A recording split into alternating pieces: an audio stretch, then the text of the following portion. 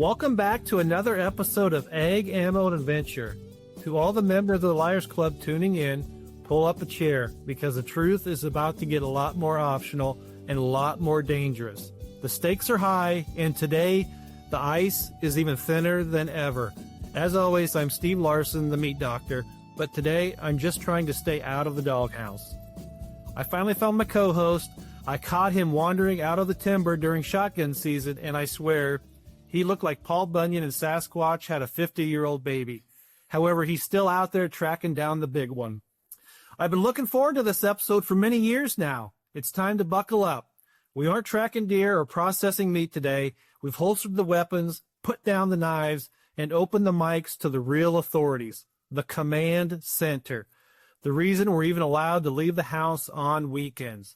We've brought in the only people capable of managing this chaos. Please welcome the women who know where all the bodies and the budget are buried. Lisa Coffelt, the saint who has somehow kept Todd alive despite his best efforts, and my own chief of staff, Susan Larsen. Liars Club, keep your guards up. Ladies, the mics are hot. Let's see who survives. Ooh, that was good. Welcome, Lisa and Susan. How are we doing today?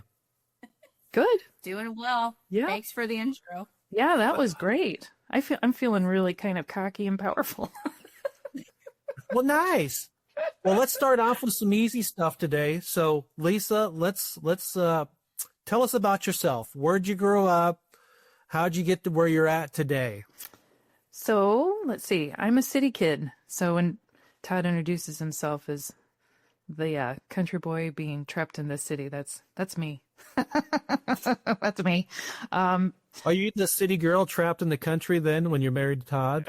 No, that's not it. No. So I was actually born in Iowa City, and both my mom and dad got degrees at the University of Iowa. So Dad got a job over here in Des Moines when I was about 3. So we moved over here and moved to Urbandale. And I have lived in Urbandale, went to Urbandale High School. I left and was a Hawkeye as well for a few years and came back to Urbandale. So when I met Todd, it was either live in the country or live in the city, and it was live in the city that won. Well, and maybe we got to take a step back. How are you feeling about Iowa athletics playing Iowa State athletics this year? It's been a good year for us Cyclone fans. I tell you what, Iowa State has dominated. They have just dominated. It has been hard to watch.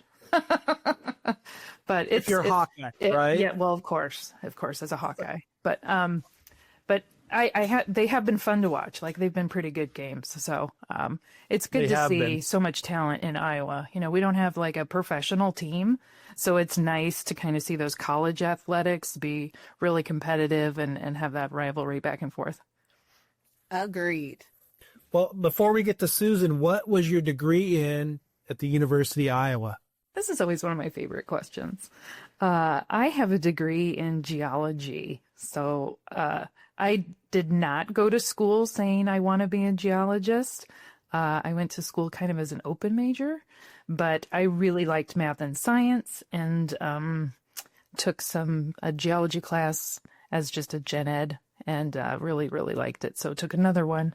And then one of the professors said, I think you should maybe think about geology as your major. And so kind of stumbled into that. It was kind of the best of both worlds. It's a big campus, right? University of Iowa. Yeah. But the major, we had probably a core group of maybe 15, 20 kids that kind of went through all the core classes together. So I kind of got the small group, intimate classroom style, along with kind of the big campus. So, yeah, I really liked it. I still like it to this day. I still collect rocks. So my family loves it. Wow. All right, Susan, your turn. Background, where'd you grow up? What'd you do? Yes. Well, before I answer that, I'm just going to tell Lisa. So at Iowa State, if you had to take geology 101, they called it rocks for jocks. Yes. And my sister was a teacher. She went to Iowa State for teaching, and she had to take geology. So she took rocks for jocks. I don't think she liked it nearly as much as you did. So that's the only thing I know about geology is rocks for jocks. Yeah, that's pretty common. Where did I grow up? I grew up in a small town in southwest Iowa, about 1,100 people. We are a whale of a town because we have a lake. And 2 doors down, I grew up from this guy, Steve Larsen. So he may or may not have set our hayfield on fire one July with a bottle rocket that he claims was his brother. So we all came home from something, and the fire department was at our house, and our hayfield was on fire. And you can see by his face, he's still denying it 20, 30 years later that it wasn't him, it was his brother. Well, I didn't know this was going to be about me, but I think the doors are open now. So gloves are, as they say, off now. All right. So we've established that the truth doesn't get in the way of a good story. Right. That's right. Backyard neighbors, but we never dated or anything in high school. But you went to college where? Oh, I went to Iowa State as well. Go Cyclones. Although we do have a daughter, Iowa. So I am becoming fond of the University of Iowa and the campus and just the city in general. But yep, went to Iowa State, went in undeclared, thought maybe I wanted to be a chiropractor, took some chemistry and biology and said, yeah, that's not for me. So then I decided maybe business was for me. So I took a class, and they introduced you to like all the different types of majors within the College of Business, and they had different professionals come in and talk to you. And ironically, I chose MIS, Management Information Systems. I didn't even use the internet until I went to Iowa State. And so we had one computer in our high school that was in the library, and you had to set up a time with the librarian and sit with her so you wouldn't mess up the computer or break it. So I decided, why not? Let's take some programming classes and do that. So that is what my degree is in. Ugh. Smarty pants. So as we talk, I'm going to interject a couple items here because last weekend, a week ago, was first season shotgun. So I know the Liars Club is graciously awaiting to know if Pinwheel and Scotcheroo brought the Pinwheel Scotcheroos and the Monster Cookies. And I would like to say that, yes, they were brought in full force. I think there were 4 or 5 trays of Scotcheroo Pinwheels, and there were 4 or 5 Tupperware containers of Monster Cookies. So Pinwheel, thank you for bringing that. He said his wife reminded him every day, 364 days of the year, until the day before he left for deer season, that he had better not forget them again. So, but secretly, I told Scotcheroo, I told Pinwheel, I said, I'm secretly hoping you would have forgot them, so you had another weekend of everybody writing you. Poor guy. Hey, when you're known for something, you better bring it, Lisa. That's all I'm saying. I did hear from other members of my family that they were fantastic. I said, did they eat 4 Tupperwares full of Pinwheels? And they did. I was like, oh my gosh, that was a lot of Scotcheroos. I believe it. Well, we, as a lot of us said, we did not go hungry this past weekend. And you brought up some family members, Lisa. I would like to bring up that what I learned this weekend is things get lost in the woods. Not only people get lost in the woods. We've had one person that got turned around in the woods. We had Schultze that lost his magazine clip in the woods. I lost a glove. And you probably heard about this third one, Lisa. Somebody lost his wallet in the woods. Yeah, that'd be Trev. But I will say a proud moment out of all of that is that he listened to his mother and used an air tag on his wallet so that he could find it. So from what I heard, it ripped out of his pocket as he slid down the ravine, and his whole pocket tore off with the wallet, and he didn't even realize that he had lost his wallet till he was looking for his wallet later. But he did have an air tag on his wallet, and when they went back to get it, he also found the pocket that ripped off his pants.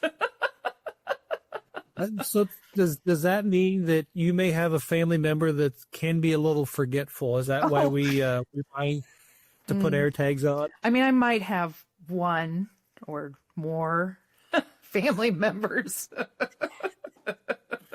That's okay. I received a call from somebody who's not going to be named in here that he may have lost one of his knives, either in the what do we call the hunting wagon, the meat wagon, the deer slaying wagon, and I couldn't find it. So I reported to your family member I couldn't find the knife, but I'm sure it's somewhere in southern Iowa ready to be found, Lisa. I'm sure they'll find Maybe it. maybe a Christmas gift. He may have lost his hunter orange too. He was tired. He had a lot of fun last weekend, Lisa. He was A lot of card playing. Yeah, a lot of card playing, chili eating. chili eating. Well, he will 100% say it is the best weekend of every single year. He does not plan on missing a beat when it comes to college, not in the way. Professional job, not in the way. Doesn't matter. He will be there every deer weekend. He's too young to think about that other stuff. We've talked about it. It's nice to see you got Trevor and Mason, my nephew, and Hunter, and there's a few other younger generations there that seem to have glamped onto each other and are telling stories and walking together. So it's Yeah, it's the next gen. I think that's super cool. Yeah, really cool. Reed even went this year, which was kind of I heard it was interesting. the fireman's pancake breakfast is Reed's jam. Motivation. Nothing to do with deer, but pancakes, he's in. Yeah, but I think Reed and Jackson enjoy the processing part of the deer. Mm-hmm. They always show up in February, and they're always there helping for that. And yeah, Jackson's a little bit too much like his mom. He's like, I got to study. I'm studying for finals. I can't As he see should. Yes. Kate, maybe not so much, but Jackson definitely a little more like his mama. Yeah. Yeah. That's good. okay. Well, Reed was a great vehicle driver for us because, as you know, a bunch of us get dropped off to walk and there's others that stand. However, he had to leave early Sunday because somebody was flying into town, and he had to go pick up somebody from the airport and get snow off his grandparents' driveway I know. as well. So he was a responsible adult. Where's bread's I better? know. Right. He's a good kid. He's a good kid. is. Yes. Well, speaking of that, so I've got our first email that's come in from Big Hairy Southern Iowa Hunter. I think I know who that is. I'm not sure who that is, but it says, you two, Lisa and Susan, make the podcast better. I heard that Lisa went hunting in Texas, and I want to know how that hunting in Texas went. And Susan, have you ever been hunting? So we'll let Lisa go first. How was hunting? Tell us about that experience. And then Susan, have you been hunting? So I had an opportunity to go to a hunting farm. Is that correct? Yeah. Right. So it's a ranch. And I had never been hunting before, never shot a shotgun before. I had to actually go buy camouflage clothes so I could fit in. I mean, that's the best part. Yeah. There was a group of about, I don't know, 6, 8, 9. And everybody, we did some trap shooting to kind of get warmed up. And that was kind of fun. Get used to shooting guns. And then it was really hot. So we were going to do a pheasant hunt, like through the grass with dogs, and it was too hot. So they ended up doing what they called a pheasant shoot, where you're kind of all lined up, you're kind of pointing into a cliff, if you will, and then there are people up on top kind of throwing the birds, throwing the birds from the top of the hill, and then you shoot them. So the pheasant Did they, shoot. like drop down that so that you don't shoot them accidentally? Actually, you did have to kind of be careful with that. And the dogs, because the dogs are trying to get the birds out that fell. But anyway, so I got 4 pheasants. Oh, wow. Yes, I was very proud of myself. Very excited. You heard a great big woohoo at one end of the line because I got one. Did you get the most of anybody? Were you the high school? No, I don't think. No. Mm-mm. I was definitely not the one who got the most. But, we did populate a lot of pheasants into the area because they flew over our heads or they just didn't get shot. But it was a lot of fun. And then another part of it was kind of the big game hunt. Like they had deer and antelope, elk, all of these huge animals. And you could go off kind of one by one with a guide and hunt these animals. And then they're all like trophy sized animals. So I opted to not do that, but I did shadow a hunt because I wanted to kind of see how that went. Yeah. But did the person you shadow get she did not. She did not get one. That was but you that's see okay. stuff? Yeah. Oh yes. Saw a lot of beautiful animals. A person in our group got an elk One got a big, huge white-tailed deer, and then somebody got a ram. But I learned a lot. It was very cool. It's always interesting to me how hunters can also be they have such conservation for the environment, the animals, the land, and it was really, really a cool experience. And it's probably my first and last time I will go hunting, but it was really neat. I'm glad I did it. Well, again, I've got this on good authority. I would say that I don't know that I can't remember the last time your better half got 4 pheasants in a day. Oh no. There might be some bragging opportunities there, Lisa. Well, I did. So you could do taxidermy, right, on all of the big game hunts, and I asked if I could do taxidermy on one of my pheasants. So I said just pick the best one out of the group. It doesn't even have to be like the one I showed, but so I did order a pheasant to be. Wait a minute. So let me get this straight. Yeah, no, let me get this straight. So you went to Texas and you brought back a big cock. Oh, stop it! No, it's just a pheasant.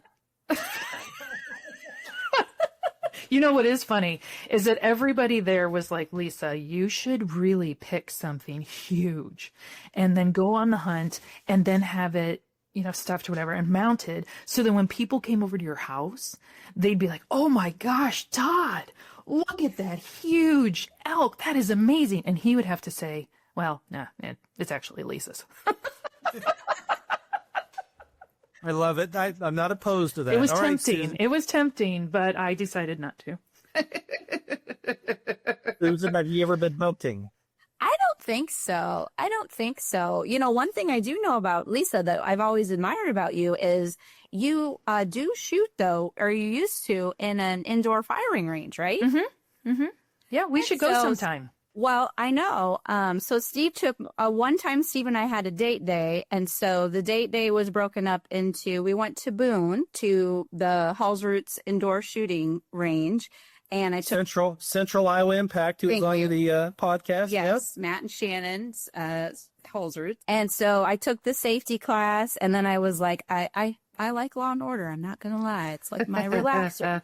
All the Law and Orders. And so I thought, I'm going to just get this handgun and I'm going to shoot this thing. And yeah, it was a lot more difficult than what it looks like on Law and Order. I'm not going to lie. So that was my one and only time that Steve took me. I don't think maybe I was embarrassing. I don't know. Well, what did we do after we did our shoot? Then we went and got pedicures. Nice.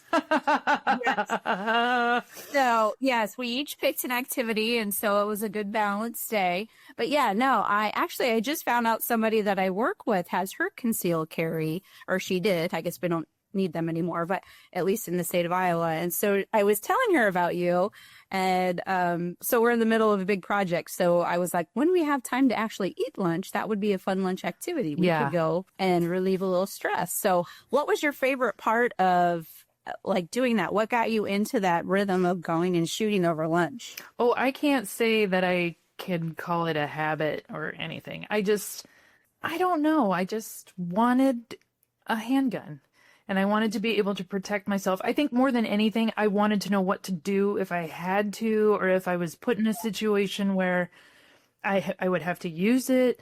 Right. Now, I will say every time I go, I don't go enough. So every time I go, I kind of have to relearn myself. But it's kind of empowering. Yeah, I bet. Yeah, it's kind of empowering. I bet. But I will say, maybe I shouldn't say that. I will say that if you were to break in my house, I would have to say, time out. And I'd have to go down to my basement, and then I'd have to go into the safe, and then I would have to, get it out, and then I'd have to go into the other safe, get the ammunition, and then put it all together, and then be like, okay, now I can protect myself. So maybe it was just something I was scared of and just determined I needed to know how to do it. Yeah. Well, I love that. I think that needs to be on my to-do list for 2026. The other thing that I want to do, and I need to find a place, I keep thinking, I want to learn how to fight. Like, yes. Yes, I want to know how to, like, if somebody got me, I want to be able to punch them and kick them and like a safe space. Well, now not to sleep with one eye open. I mean, maybe. So, I would do that with you. Yeah. Like, I don't even know how to punch. Is it on the knuckle? Is it on the flat part? Do you even think about it? Do you just swing? I know. Do you slap? I know. I don't know. I don't know, but I want to get like so good that I would just automatically be able to Self-defense, cut somebody's hind end if they tried to mess with me. Well, I I like mean, that. we could set up one of those kiddie pools and have a Jello wrestling contest. No, definitely not. Definitely not. More updates from shotgun season. As this conversation is going downhill fast, Lenore and Doc brought their chili, and it was phenomenal. So I was one of the first 5 to go out and get chili, and then when I went back for seconds, it was all gone. So, Did you wear your shoes? no, I did. I forgot. That's one thing I forgot was my shoes. So I forgot my shoes. There's more to that later. Yeah. And, What's that? Chili and then shoes? Larry Keller came down. So if you listen to the podcast, Larry Keller is part of our Hun group, and he had a massive stroke last year about this time, about a week or two after shotgun season. So he came down, had chili. And if you remember, Larry won the biggest buck last year, and in true Coffelt fashion, was not paid until a year later. Oh, yes. Yes. Somebody had all the money. Brian I remember. and found his pawn truck about a month ago. So, Goodness. So did he get his money? Larry was stubborn. He wanted to throw it into the pot for this Oh. year's big buck and first buck. But we told him, hey, you earned this. Go have a beer, go to the pub in Polk City and enjoy. And so he took it home with him. That's great. And then Larry's grandson is it Tanner? Hunter. Hunter, and he's one that kind of connected with Trevor and Mason. Yep. He's kind of the next gen. Yep. Yeah. Cool. Hunter said he could only do one push Sunday morning, and then he ended up shooting a deer Sunday morning. So then he stayed all day. So I guess it just takes to shoot one deer to commit all day. So thank you, Hunter. You got the bug. Right. And speaking of food, Shamus brought down his ham balls, little sausages, and ground Wagshire from Birkwood Farm. So that's always a good. And speaking of Shamus, he got a new nickname this weekend. He is now going to be referred to as Shawnee Boom Boom. Oh, no. Oh my God. I just don't even want to know. He just he shoots a lot, and sometimes there's just not enough deer on the grounds after Shamus shoots, or any deer. I mean, he did get one Tuesday night. It was about 10 minutes till legal hunting hours ended, and we heard a couple shots, and it took, and I think Lisa and Susie were part of the text string that Todd and I were on, saying it'll be a while before we get home because James and Shamus are tracking a deer and going that route. Yeah. So he did get a deer, but it's Shawnee Boom Boom now. So did Shamus at any point during this hunt just lay down and say, "Leave me here and come get me later"? And that's my favorite. Mine hunting too. story about that. Yeah, and to hear him tell the story, he's like, I just laid down. Well, so speaking of, we do have an email from Shawnee Boom Boom. He sent us an email for Todd and for Lisa and Susan. Okay. All right, let's He said, it's great to hear the better halves on this podcast. I just want to say, don't believe everything you hear from the weekend. It's not that we miss the deer, is that we let them go for next year. So Shawnee Boom Boom and James are being strategic of not hitting deer on the weekend. But his question is, how do we start a weekly training session so we're in shape for next year's hunt? Well, I have an idea. So Todd could be the leader with his little sticks for hiking. You guys can all get your hiking sticks and you can practice. You can, hike. Todd he could put a workout plan together for you. I think the older you guys get, the more you really do need to prep a little bit. Just, I mean, there's only so much Advil and Tylenol can do after. You need to maybe, I set up a drip. I had an Advil Tylenol drip in my backpack, plugged into my arm, and I was going all week here. He's still picking thorns out. This morning he was laying in bed and he's like picking thorns that are coming out of his skin. And I was like, still have thorns from last week? And he's like, oh yeah, but they're almost done. I'm like, what? This sounds horrible to me. The only part that sounds fun is like the fellowship part, but the walking for miles in the cold and getting thorns stuck in you and you're not in shape. Like, this sounds terrible to me. Well, ladies, let me put this. Part of the fun is, we were on a Sunday push, and I was right beside James, and we're getting toward the end, and I could see James, and James is going to smile when he hears this, but there came this little doe right in front of him. She was going fast, but she may have been 10 feet from him, which is not very far, 2 people lengths away.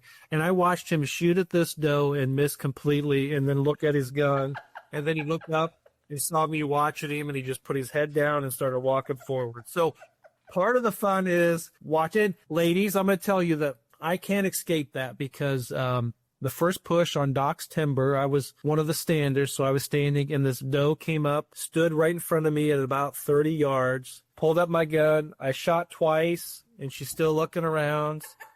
I shot 2 more times, looking at the ground because the ground dust coming up.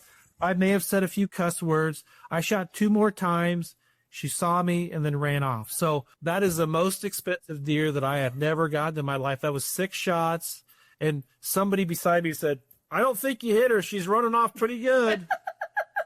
Thank you. There's a real lesson in that about women and men, I think, right? Like she must have sized you up and said, yeah, this guy's not going to hit me. So I'm just going to like stand here and we're going to move on. And other hunters. Next topic. Next topic. All right. Another email. This one from Bagpipes in Urbandale/Waukee. Bagpipes. Bagpipe. Okay. Yeah, I know who that is. We all used to from the old neighborhood. It is great if you were on the podcast. My question is, how did you meet your husbands and what was your first date?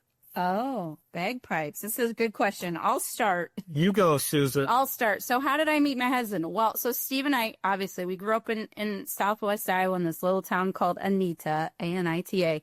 So we lived there our whole lives. He had population 1,100. So I had 28 in my class, graduating class. He had 14. And so Steve is 2 years older than I am. And he is 2 years younger than my sister and her husband, who also grew up in Anita. So Steve was quite athletic, and I was not. And so he played lots of sports, and he was probably a little more socially active than I was as well. And so he hung out with my sister and my brother-in-law. And Rubber Ducky and Bear.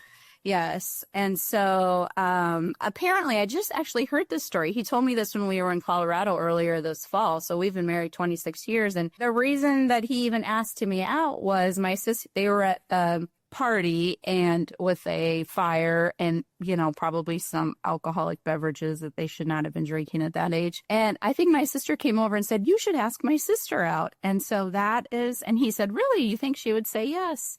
So that's, I can thank my sister. Oh, that's sweet. I never knew that.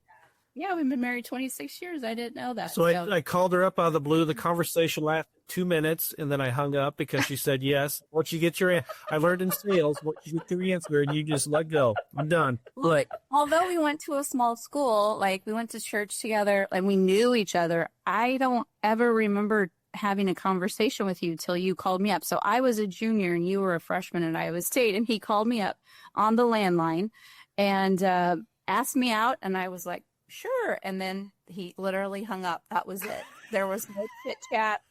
I got my answer. Like, wow, you really had no game. She couldn't say no.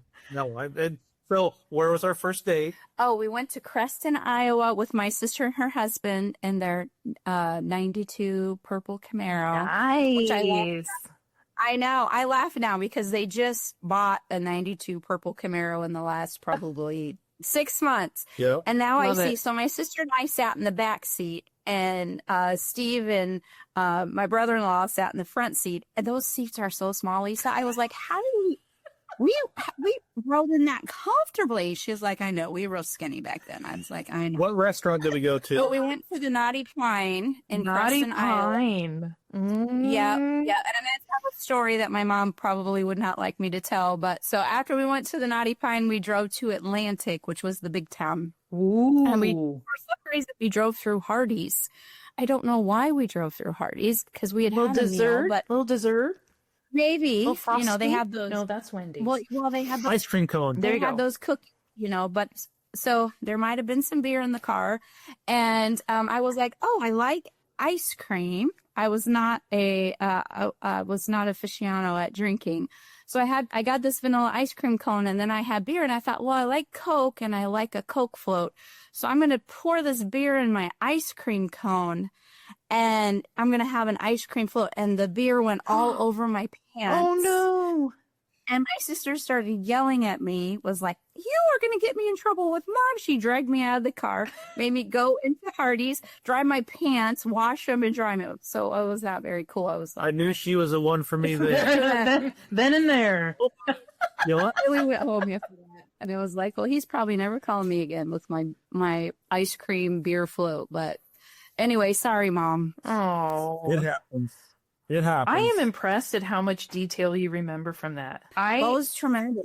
I don't know where our first date was. I have no idea. I have no recollection You whatsoever. left a real impression with what you're telling me. So more of the 2025 hunting update. As you heard, we found the bulletproof deer again. Evidently, James, Shami Boom Boom, and I, we were 22 strong this weekend. 22. 22. We found out that 22 is not nearly enough to cover the ground that we need to cover. Really? Yep. So How many do you think you need? I would say 26 to 28 would be optimal. Okay. And it happens that the deer find the holes and the poor shooters pretty easily. yeah. Isn't that interesting? I shouldn't say poor shooters. I should say those that struggle shooting a deer. So then do You you and- need, not that like you recruit for this group, but you are willing to have additional people, but you have to, what is it that you said you have to do? Like somebody has to vouch for a person? Like, Well, here's what I'm going to put an ad in the paper and say, hey, we would love to get a warm body down. First thing you got to do is know your directions, because we did get a couple people severely lost and was not a good deal. So at least somewhat know your directions to be safe. We've established you need to be in shape because it snowed this year. It was cold this year. And when you put on several layers of clothes, it's tough to walk up a hill. And sometimes you roll down the hill. Ugh. All right. Roll down the hill. Here's Shami Boom Boom. Shami Boom Boom. And willing to buy several tags so others can help you fill them is kind of the key bullet points in my, would you call it, help wanted ad or Deer hunters. deer hunter deer hunters needed? How many total deer did you get this year? Oh my gosh, I didn't know we were doing numbers today. Well, I don't It's know, a just sad- general, like 50, 25. Wow. 15? You know what? Was it greater than 5? Less than 10? Well, let's take a time out. I didn't know I was being interviewed on today's podcast, ladies. I don't know that we got more than 12 on Man. our weekend and then our gentleman's Monday and Tuesday hunt. But I tell you what, Other seasons. You saw the other seasons. that's gosh darn right. We've got some of us are going second season with their landowner tag, so we'll have a second season shotgun opportunity. Late season muzzleloader. We still have archery season tag that's still open, and then the rifle depredation tag. So there's opportunities to build our supply of deer meat. Yeah, because, I mean, That's good. everybody's going to want their deer sausage and their deer sticks. So you got to increase your supply here. We're gonna have to do something. Maybe we need you and Lisa down there. I don't know. Ooh, I don't know. But I did. Maybe. So I was being educated on the benefits of hunting in snow and hunting in the cold. Oh. There are some benefits. One, you can see better in the snow. You can see better a little bit. And two, when they're cold, they're not as skittish. They tend to like hunker down and stay warm. And so is that true? 1,000% true. 1,000%. But I would say the colder it is, the more layers you got on. And when you're a middle-aged, out of shape, balding white guy, it's a tough walk through the It would be. weekend. She said benefits. I thought you were going to say, like, it reduces wrinkles or it's going to help with systemic shrinkage.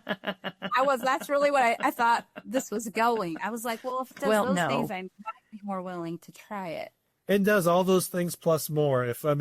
We would love for you two to walk through the woods and talk and be loud. I would be willing to sit with you in the stabbing cabin. Yes. And with the heater. bring a book as long as there's a heater. And maybe a cooler.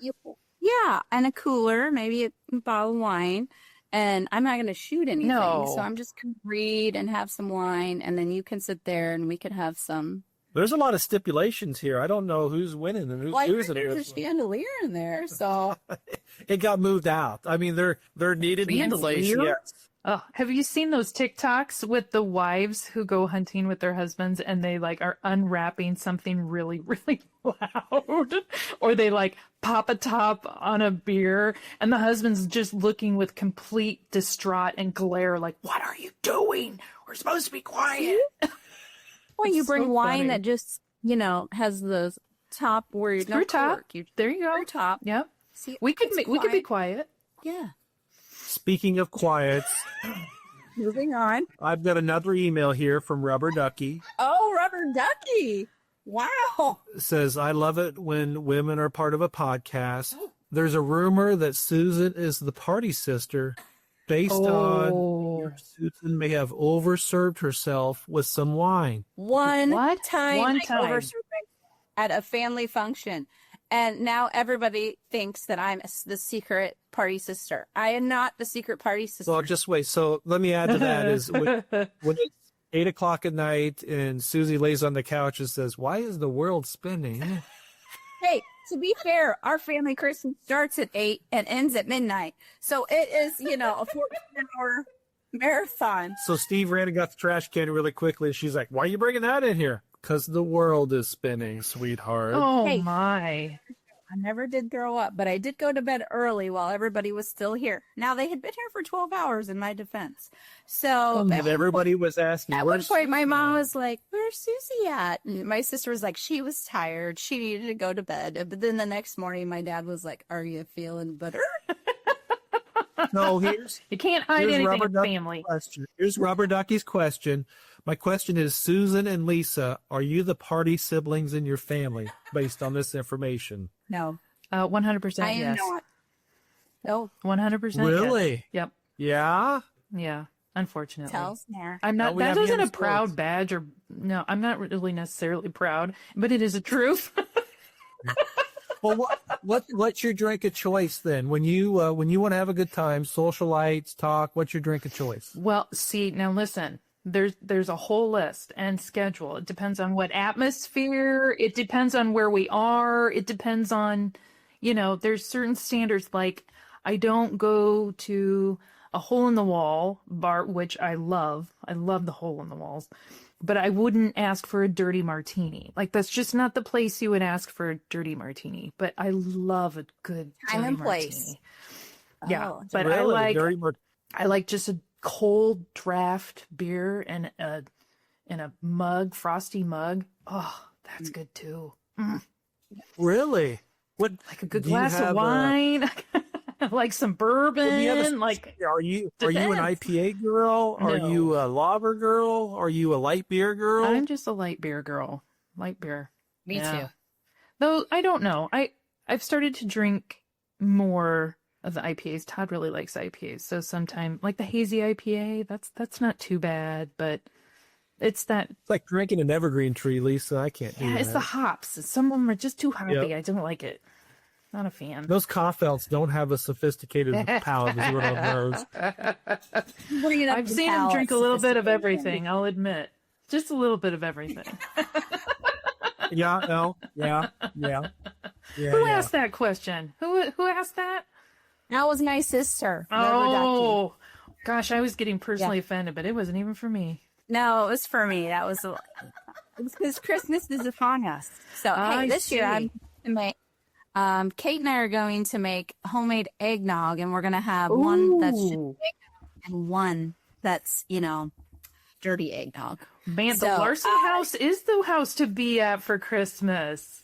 I mean, there is a lot of choices, but so we'll see how that turns out this year. Are we? Oh, was that a question or a statement? I don't know. The boys Steve? always have a hot sauce challenge. Oh, And so, they have they get the worst, spiciest hot sauces, and then they all stand around eating them until someone usually throws up. That's What? that's the. like with a chicken wing or just on a spoon or No, they don't put it on a chicken wing. Sometimes a chip, sometimes Chip. just a. Cracker, yeah. and you Yeah, enjoy but- that? I enjoy watching other people in pain, just like I It's like I watch other people this year. That brings joy to me. I'm a simple guy, Lisa. Oh, okay. Chips and hot sauce. Right? Oh my gosh, you two are funny. So the last email we got is from Pinwheel because he knew you two were going to be out here. It says, Pinwheel says, have you two ever tried my wife's Pinwheel Scotcheroos or the monster cookies that I bring for the hunting group when I remember them for hunting weekend? Or do your husbands eat all of them before they get home? I have never had one. Have you had one, Lisa? I have had one Pinwheel, and it was amazing. How was it? It was really good. Now, it was wrapped in a napkin, and I had to peel off all of the paper and then eat it, but it was really good. It was really, really good. So I can say I've had that, and it was good. That's a nice fresh one without like napkins stuck to it. I'd be willing to try it again. Yeah. We'll see how Todd brings her home things and it's pockets. You don't do that. You don't want anything in my pocket. This year, He's a safety guy. He wouldn't actually let me eat something else. This year, I told earlier when we talked about losing stuff, I lost a glove because where I was walking was so wooded and woolly and thorny that I had to walk backwards, and one of the thorns grabbed a glove out of my pocket. Luckily, I had to walk the same path the next day, so I found my glove. Oh, really? Oh, that's funny. No air tag? With no air tag. Wow. No air tag. Yeah, I mean, I've got eyes. I'm focused. I'm there to That's hunt. legit. That is legit. Right? I'm too legit, if you know what that means. Too legit to quit. So here's a random question for you two, and I'd love to hear your answer because we talked about buying camo for Lisa, going down to Texas and hunting and everything. What is the most expensive piece of gear either you or your husband has bought but tried to sneak in the house without the other one noticing? What are you doing? What is this question? This is a terrible idea. Who thought of that one? So this is... Then you would know. I kind of know already. You don't know. You think you know. You will know. I know. I think... Go ahead, Lisa. No. I feel like this is entrapment right here. I agree. This is Every really a good girl is trained by their mother that when you go on a big shopping spree, there are certain things you bring in the house that your husband can see. And then there are certain things you leave in the car that you then get out when he's asleep or gone. And then you put them in your secret hiding place. And then he doesn't even know they exist. Yes. That's how that works. That's pretty thorough. Wow. Mm-hmm. That's ingrained. Well, I mean, the problem is, Lisa, one example is I remember one time I checked our accounts and there was some big charges on there. Let's just say to Target. I said, hey, did you buy some things at Target? Is this your question? I think this is right. This is a random question. Random generated question. And I said, sweetheart, I love you. Were you did not say that. Were you spending money at Target? No, I'm not doing any of that. Gosh, somebody must have stole our card. Where are all these charges coming from? And then So she called our bank account and went through all the steps, and I'm on the other side. I'm listening to the conversation that goes something like, yeah, but this, yeah, yeah, oh, that was me. Okay, bye. Maybe she goes, I had forgot to tell you I bought some patio furniture. Hey, it was a sale, Lisa, and we both know. And it's going to be arriving in 3 days. I bought it and I forgot about it. To be fair, you can't buy things on sale if you don't buy them. That's right. I was saving us money. I used to love to go to Kohl's, and then I'd come home, and he would ask me how much I spent, and I would be like, well, I saved this much. Yes, I love that on the bottom. Yeah, and he would be like, but how much did you spend? I'm like, well, that part doesn't matter. I have work. I have a job. I will say my that money is my money. Your money is my money. That's how it works. I am guilty of maybe making a purchase and then not announcing it. I don't know about sneaking it in. I mean, you don't really have to sneak it in. And, but then let's say I'm wearing it and Todd will be like, oh, is that new? Is that a new pair of shoes? No, I've had these for years. No, no, it's not new. I request he would notice you had something new. Steve would never notice if I had. Whatever. He doesn't notice. That's fake news right there. He would. I mean, no, he wouldn't notice. Well, until today, it worked. It probably won't work now anymore. I know. Steve likes, he has t-shirts in his closet from 20 years ago. Yes. They're vintage and they still fit. Are they? They're mediums. So, he's grown into them through the course of. I didn't know I was going to be ridiculed today, this afternoon. Wow. It's those emotional attachments to those. What does Todd have? Grays? Like workout gray t-shirts? I'm like, they've got holes in them. And he's like, wrestling. Oh, I can't get rid of this. I'm like, it won't wear it again. It just won't. But we can't get rid of it either. So we have them. Yeah, I hear you. I've got 3 lightning. That went the way you wanted it to go. No. Sorry, go ahead. I love it when 2 women, attack me. I feel like no attack. Speaking of that, Lisa, do you have a nickname? Because we talk about nicknames on the podcast. Right. Yes. Well, I do not have a nickname. I do not. Do you want one? Would you like one? Depends. I don't know. Why? Well, on the podcast, both you and Susie are the boss, but, silently, Susie's always been known as the Bobcat, speaking of prey, because... Ooh. Wow. Feisty. Right, My goodness. Yeah. This is a family-friendly show. It is. I mean, the Bobcat, that was an early on in our marriage that came out. It's surprising. Great. Yes. Yes. No, I don't have, it always kind of stunk with Lisa. There was no shortened Lise. Yeah. I never had a nickname. I always wanted one. But I don't know. I think when we refer to me, it's the CEO, CFO, COO, all of the above. And then I have, You're all the chiefs. yes. And then I have the labor.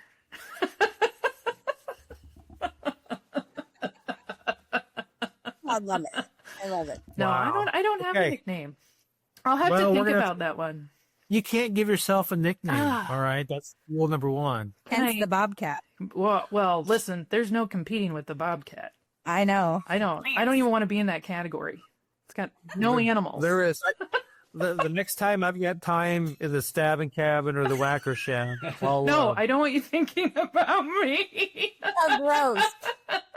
Nasty. The boner mind. That's not what I was going to say. Why do they all? Why did you 2 have to go that direction? Oh, right. Oh my Right. gosh, you boys are so silly. Seriously, 18 years old, that's it. In your minds. Yeah, well, my body's not 18. I found that out the hard way last.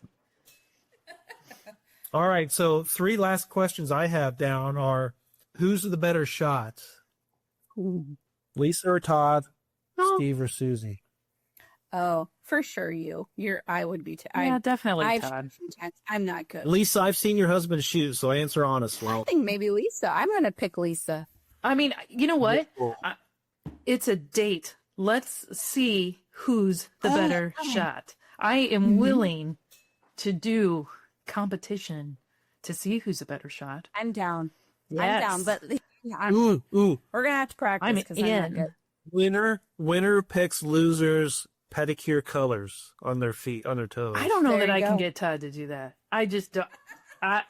That'll be a really good win for me. There you go. Oh my gosh, Lisa. Oh boy. Mine are still green from the last day, green with sparkles. I don't even know what to say to that. I don't even know. Let the record show he picked that himself. He when we went, I was like, I'm doing red sparkles because it's the holidays. And he was like, should I get a color? And I was like, if you want to. And so he's like, I'm going to do camo green for hunting. And I was like, okay. And then we're sitting there all of a sudden. He's like, do you have any gold sparkles? And so the ladies were so kind. They were like, do you want these sparkles or these sparkles? And he's very sparkly. Since I never had a man card, I don't have to turn it in right now. He went and picked us impressed. up, and he wore flip flops. And the guy that was there, he was like, "Are you a girl, Dad?" He's like, well, "I have a daughter. Why?" And he goes, "Well, your toes are green sparkles." I will say it's always more fun when you're with somebody, versus having to go by yourself. So that's very nice of you as a husband to do that with your wife. I think that's very sweet. You haven't lived unless you had one of those ladies rub your calf and feet. All right. I don't do that. I'm like, You don't rub his calf and feet? No, my work gave me this Theragun little mini massager last year. he was been using that thing like when he was after hunting. He's like, my calves are so sore, and I was like, there's the Theragun. It's my contribution to the calf rubbing right there. Wow. Well, I don't think of Leon as being very hilly, right? Like I just don't. But those ravines, they're pretty steep and like nothing. It's not like there's anybody walking through there clearing out anything. Like it's probably pretty thick. Woolly. We call it woolly. Ugh. Yes. And everything in there is meant to hurt you with thorns, prickers, branches. Yeah, it's not made for humans. You guys shouldn't be there. Maybe you need to start taking like your little gator with you. Like, so if you do actually get something, when you get something, then you can throw it in the back. You wouldn't have to drag it all the way. That might be, you maybe need to start thinking about process improvements to kind of match your age. Thank you, project manager. We'll pocket and save that for later. I mean, that's a great idea. I will say, for Reed being there the first year this year, he said it was very organized, that you all had a map. Everybody knew exactly where they were supposed to go, what they were supposed to do, and it was a very organized, very safe hunt, and I was very happy to hear that. He did say that sometimes people just may not have had a compass. Didn't end up where they were supposed to end up, but everybody started off on a really good, safe agenda for the day.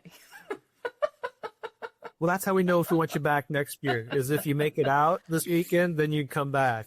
Yes, listen for the interstate. Yes. And whistling. Deer don't whistle, so listen for the worse and whistling. Mm-hmm. My favorite story of all time is, oh my gosh, when Steve and Todd went hunting. Turkey hunting, and they were up really early in the morning, and Steve comes home and he is just so happy. He's just full of joy, and I'm like, did you have fun? I don't even think they got anything, but he's telling me about Todd doing all of his bird calls, and then he's trying to imitate Todd's bird calls. And I'm like, oh my gosh, that's so funny. That makes me laugh. I went turkey hunting with Todd. Now that you say that, I did go turkey hunting with Todd, and once, I won't go again. What I remember the most about it is there are a lot of ticks. You're sitting there trying to be quiet, and there are ticks crawling all over you. It was so gross. I couldn't handle it. So I think I pretty much blew our cover and stood up and said, I'm out. I can't do it. Oh yeah, that's not for me. So I think he was really trying to get me to feel the environment and the animals and the joy of listening to the forest wake up with the sun and whatever squirrel, turkey, I don't know. Anyway, he was trying really hard to make it sound poetic, but there were just ticks everywhere. Gross. I'm out. I couldn't do it. No, that's not for me.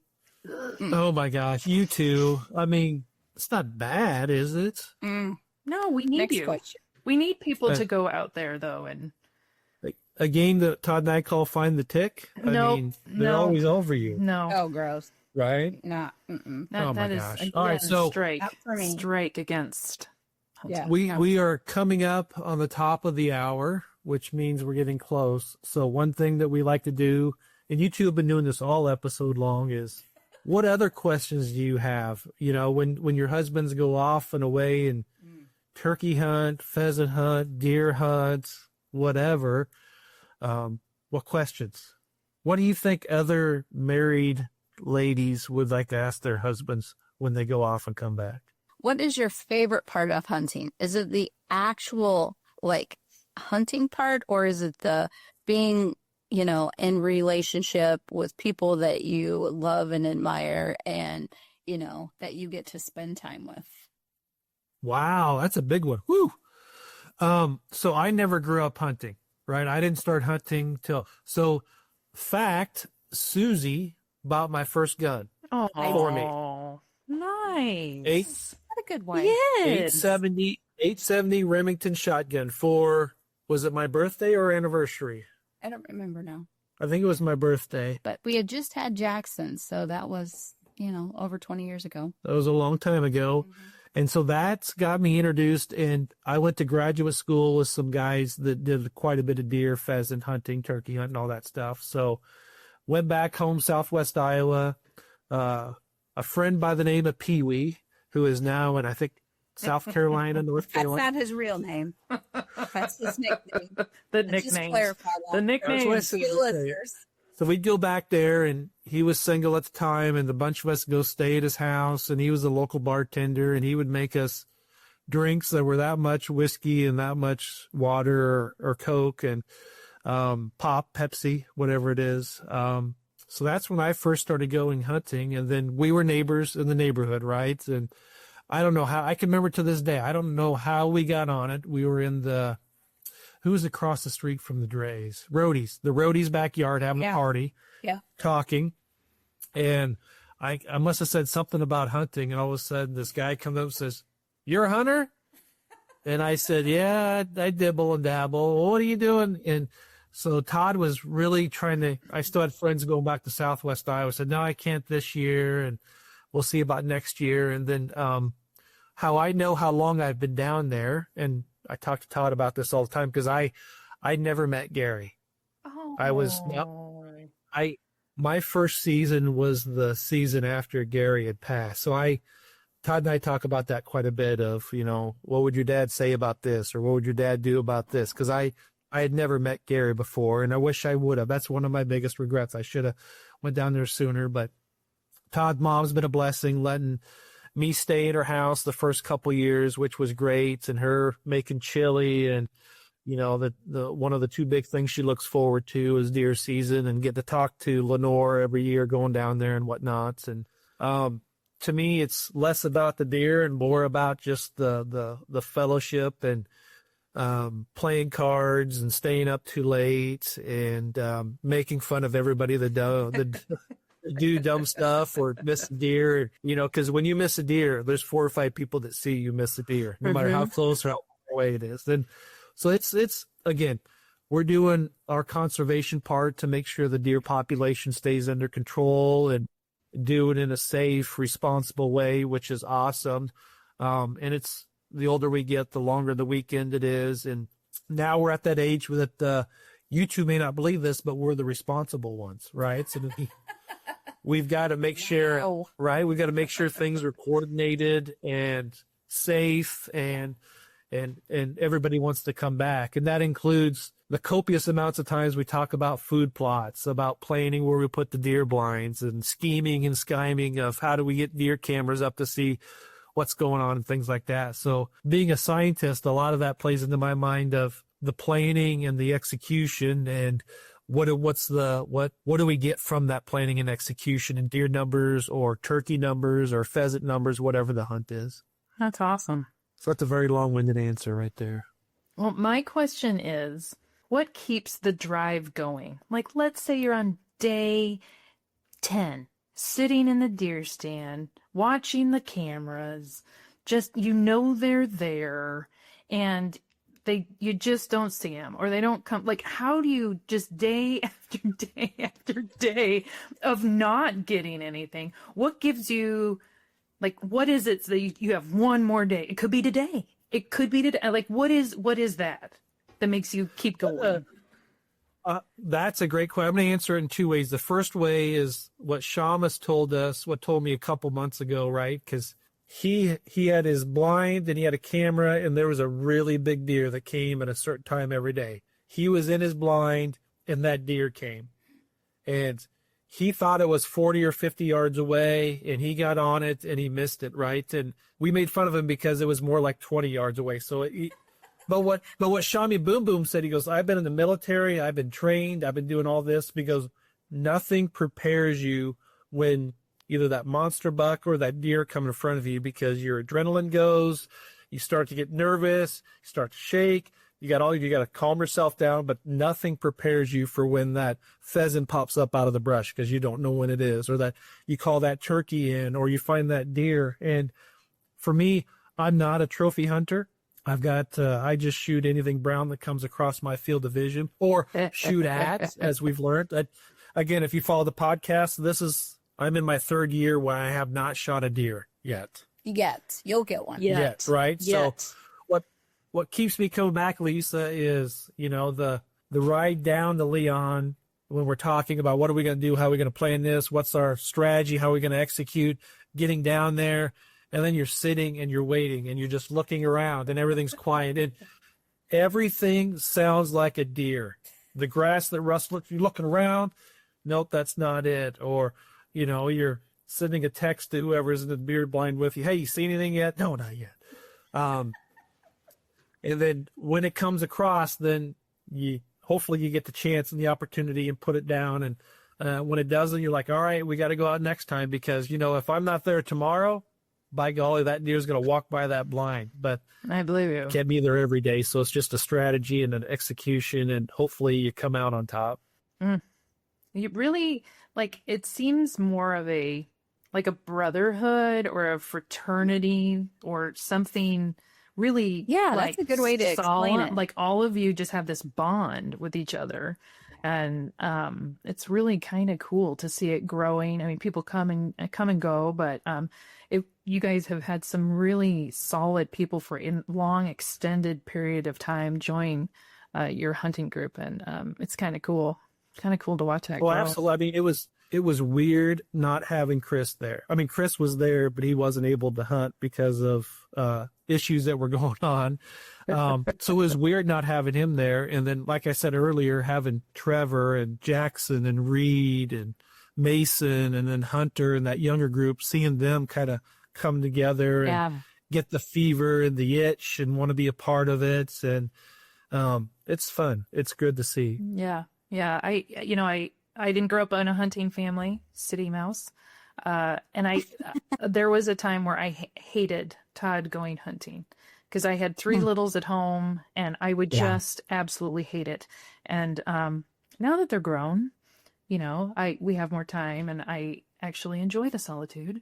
Me too. And it's not terrible. In December, all mine. Right? And so I hope he goes and he can be with all of you and enjoy that and has that part of his life. It's not a terrible thing anymore, which is probably refreshing for him.